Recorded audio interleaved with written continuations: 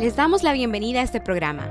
Mi nombre es Maya Dimas y seré la conductora de esta serie de podcasts realizados por el Programa para la Promoción del Empleo Juvenil, la Formación y Capacitación de Jóvenes para contribuir a la prevención de la violencia en los países de Guatemala, Honduras y El Salvador, implementado por la cooperación alemana GIZ en conjunto con la Secretaría de la Integración Social Centroamericana, SISCA, conocido como Programa Capaz, y su lema: soy joven, soy capaz.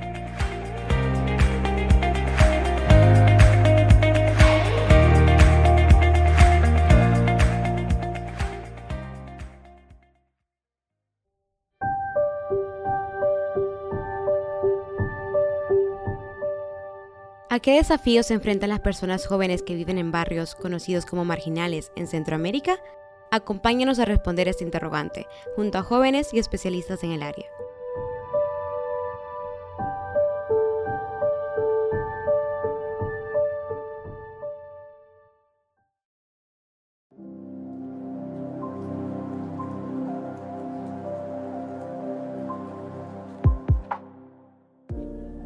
Las ciudades han estado creciendo en las últimas décadas y las de los países de Guatemala, Honduras y El Salvador no han estado exentas.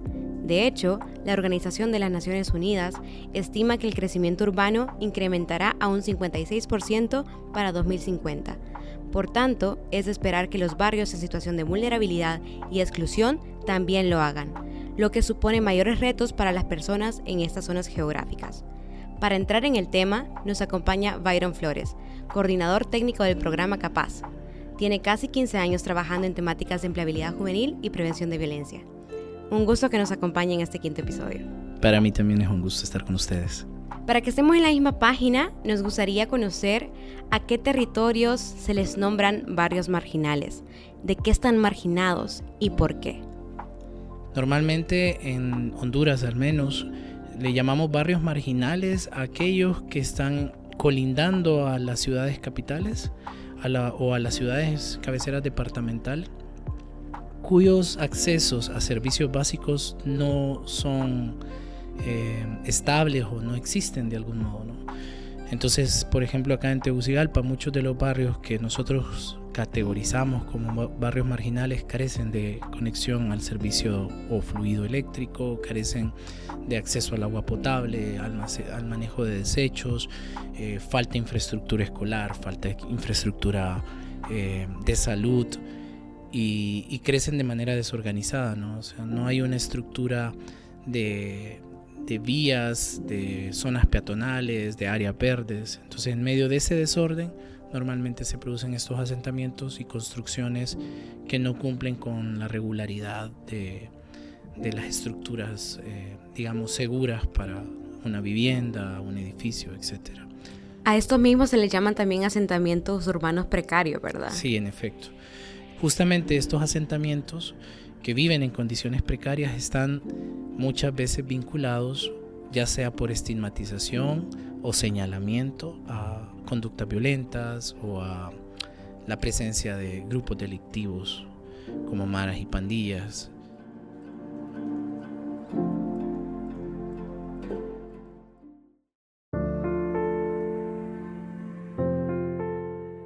¿Cuáles son las principales dificultades que enfrentan las personas jóvenes en nuestros países de Honduras, Guatemala y El Salvador, que provienen o viven en estas zonas?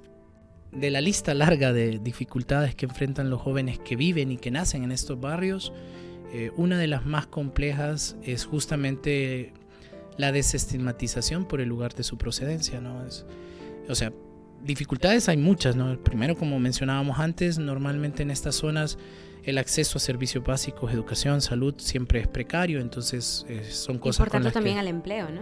Justamente son estas cosas con las que los jóvenes deben aprender a lidiar. O sea, muchos de ellos, de hecho me atrevería a pensar, crecen ya creyendo que por el lugar de su procedencia no van a lograr insertarse al mercado laboral sin siquiera haberlo intentado.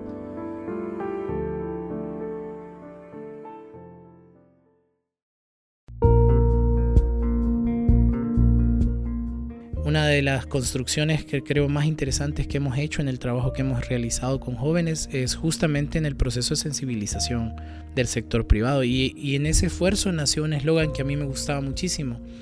Y los jóvenes lo promovían y lo decían constantemente, ¿no? De donde vengo no define quién soy. Con una colega con la que visitamos a algunos barrios donde tenemos un proceso de producción audiovisual con jóvenes de escasos recursos, yo le decía, es como encontrar la flor de loto en el desierto, le decía, es donde no te lo imaginabas, donde quizás no creerías que fuera posible, resulta que te encontrás algo tan hermoso, algo tan bueno, que vale la pena comunicarlo, que vale la pena decir que existe, porque la generalidad y lo que nuestros medios de comunicación lamentablemente han hecho es construir una imagen de nuestros barrios. Y eso ha permeado nuestra opinión respecto a estas comunidades. Y de ese modo hemos perdido la posibilidad de ser sensibles ante las necesidades, ante las problemáticas que enfrentan estas personas, que son seres humanos como todos nosotros, y que lo único que en la mayoría de los casos están buscando es una oportunidad y la opción también de salir adelante, de desarrollarse y realizarse en condiciones que les permitan también ser felices como cualquiera, ¿no? Y eso creo yo para mí ha sido de los hechos más significativos del trabajo que realizamos desde la cooperación alemana y en específicamente desde Capaz, el tener la oportunidad de descubrir esta riqueza que hay en la vida de tantos jóvenes, en sus cualidades, en sus habilidades, en sus perspectivas, y tener la posibilidad de promocionarla y hacer que otras instituciones, otras organizaciones o empresas puedan valorarlas y darles en efecto una posibilidad de que ellos hagan la diferencia y puedan con eso también no solo transformar sus vidas, sino también la vida de sus comunidades.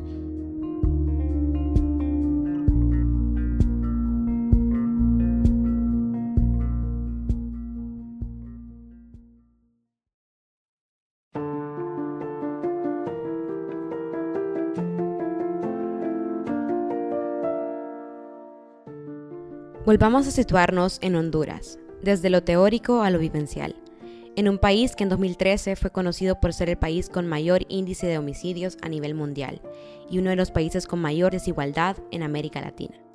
Conoceremos la historia de Santiago Ávila, director de Jóvenes contra la Violencia. Es un gusto que estés con nosotros en este episodio. Gracias. Para mí es un honor poder compartir mi historia y también todo lo que hacemos en Jóvenes contra la Violencia, Honduras. Quiero iniciar conociendo un poco acerca de qué es Jóvenes contra la Violencia, cuál es su finalidad o el objetivo de funcionamiento de esta organización. Ok, Jóvenes contra la Violencia es una familia, para iniciar, ¿verdad? Es una familia integrada por jóvenes a nivel nacional. Estamos presentes 32 barrios y colonias y lo que hacemos es construir estrategias para alejar a los jóvenes de las estructuras criminales. Tenemos una estrategia basada exactamente en la dinámica de trabajo de las maras y las pandillas, solamente que le damos vuelta hacia un enfoque positivo.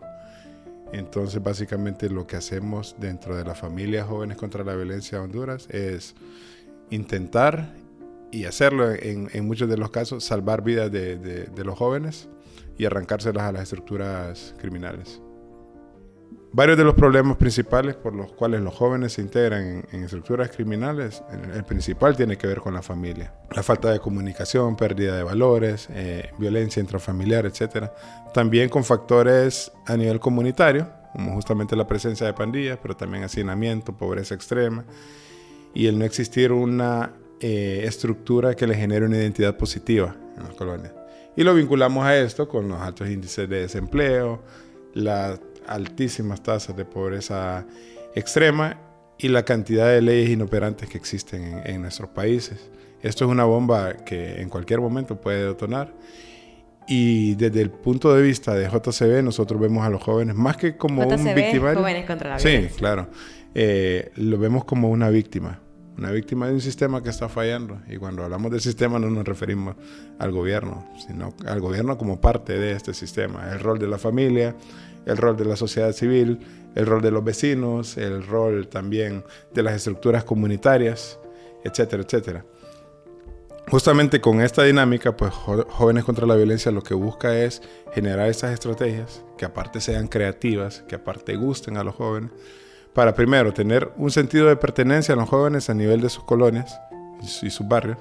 Segundo, crear una identidad positiva y sobre todo una identidad con empoderamiento de lo que está hablando, para luego pues tener incidencia política ante los tomadores de decisión y poder reformar y proponer nuevas propuestas de ley que beneficien a niños, niñas, adolescentes y jóvenes. Y mucho más allá, ser una organización vigilante en el cumplimiento de estas leyes, ¿verdad? Porque siempre decimos, no basta con que nos escuchen o con que nos reciban o reunirnos con la presidenta o la Cámara de Diputados. Esto va mucho más allá.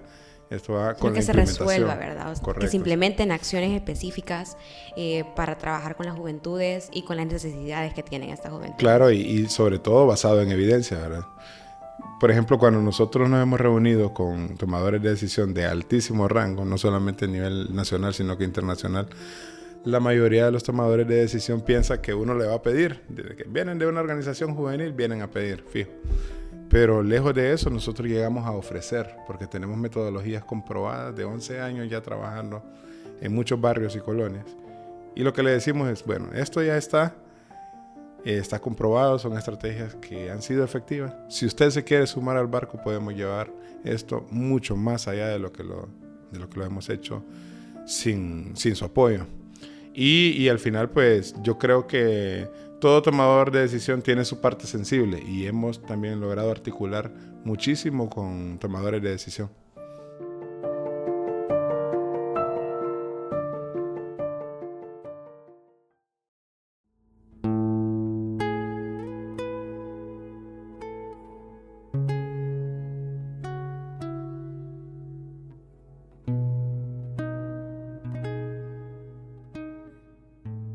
¿Y cómo es que surgió esta iniciativa? ¿Desde hace cuánto funcionan? JCB, como lo llamamos nosotros, surge en 2011. Era un movimiento de jóvenes. Ya tienen 11 años laborando prácticamente. Sí, tenemos 11 años. Un movimiento de jóvenes, justamente así se llama, el Movimiento de Jóvenes contra la Violencia, que integraba a jóvenes de diferentes organizaciones. Inicialmente iniciamos, como valga la redundancia, como es un movimiento juvenil que buscaba integrar a líderes de diferentes organizaciones. En mi caso, yo en ese momento pertenecía a un movimiento de rockeros. El movimiento se llama Fuera del Abismo. Tenía mi banda de rock y todo esto. Te movías por la parte del arte en ese momento. Sí, claro. Nos movíamos en toda Centroamérica y en muchos lugares de acá de Honduras. Pero hubo algo que marcó, ¿verdad? El antes y el después. Justamente antes de iniciar Jóvenes contra la Violencia, asesinaron a mi hermano. Lo asesinaron miembros de estructuras criminales. Podría decir por estar en el lugar menos indicado, a la hora menos indicada, pero también por el contexto en el que hemos crecido, ¿verdad? Como tú lo mencionabas en la introducción, día a día hay muchos jóvenes en todo el país, en toda Centroamérica, que están nadando contra la corriente, exponiéndose a diferentes factores de riesgo en sus comunidades, que de una u otra forma obligan a muchos, y digo la palabra obligan porque es justamente así, a integrarse a una estructura criminal, ya que es la única estructura que existe en el barrio, en su colonia, o simplemente porque es tanta la necesidad que existe y lastimosamente desde las estructuras formales no se están generando estos incentivos para los jóvenes, no se está generando este sentido de pertenencia, esta identidad.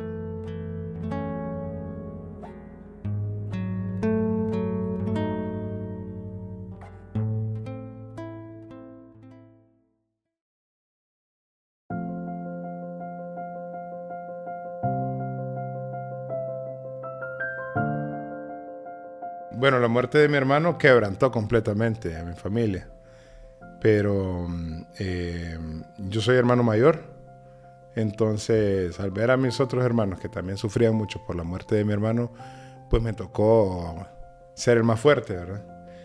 Y el más fuerte en el sentido, no solamente en la parte emocional, sino que en la parte de la toma de decisiones. Y había alcanzado ya algún nivel de madurez para darme cuenta de que si yo me integraba también a una pandilla o a una mara, quizá también iba a acabar muerto. Pero que si buscaba otra manera de prevenir de que ni a mi familia ni a otras personas le sucediera lo mismo, iba a tener ganancias todos los días de mi vida, ¿no? Porque cada paso que diera en esto iba a ser una manera de recuperar, no físicamente, pero sí, digamos, de alguna manera, todo eso que perdimos emocionalmente con la pérdida de mi hermano. De forma simbólica, ¿verdad? Claro. No sé si gustarías agregar algo antes de despedirnos. Sí, bueno, no me gusta, digamos, presumir mucho de esas cosas, pero sí, en los últimos años hemos ganado reconocimientos a nivel mundial, a nivel internacional, por nuestro trabajo, y siempre, pues, lo digo, yo simplemente aquí soy el vocero de todos los jóvenes que pertenecen a la familia JCB, y que hay miles de historias de éxito, y de alguna manera me siento en muchas ocasiones que no puedo abarcarlos a todos. Entonces no sé si siempre soy un buen vocero, un buen representante de todos, ¿verdad? Porque cada quien tiene una manera de pensar diferente, y agradecerles a ustedes también por tomarse el tiempo de escucharnos, ¿verdad? Si hay algo que le gusta a todos jóvenes es ser escuchado.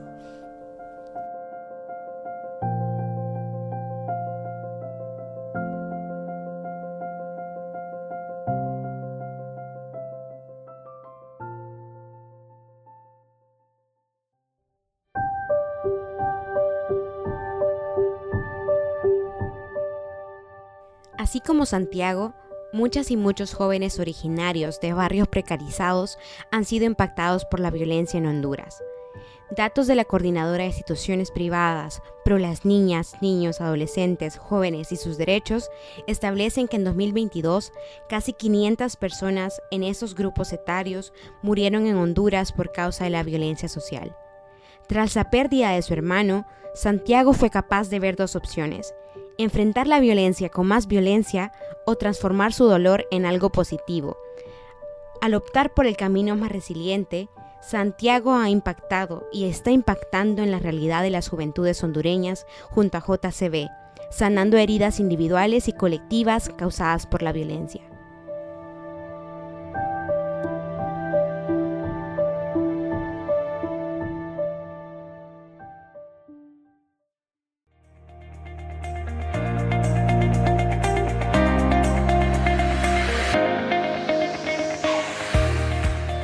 Este podcast fue producido por Tobar Consultores con el apoyo de GFA Consulting Group, realizado en el marco del Programa para la Promoción del Empleo Juvenil, la Formación y Capacitación de Jóvenes para contribuir a la prevención de la violencia en los países de Guatemala, Honduras y El Salvador, implementado por la cooperación alemana GIZ en conjunto con la Secretaría de la Integración Social Centroamericana, SISCA, conocido como Programa Capaz, y su lema: soy joven, soy capaz.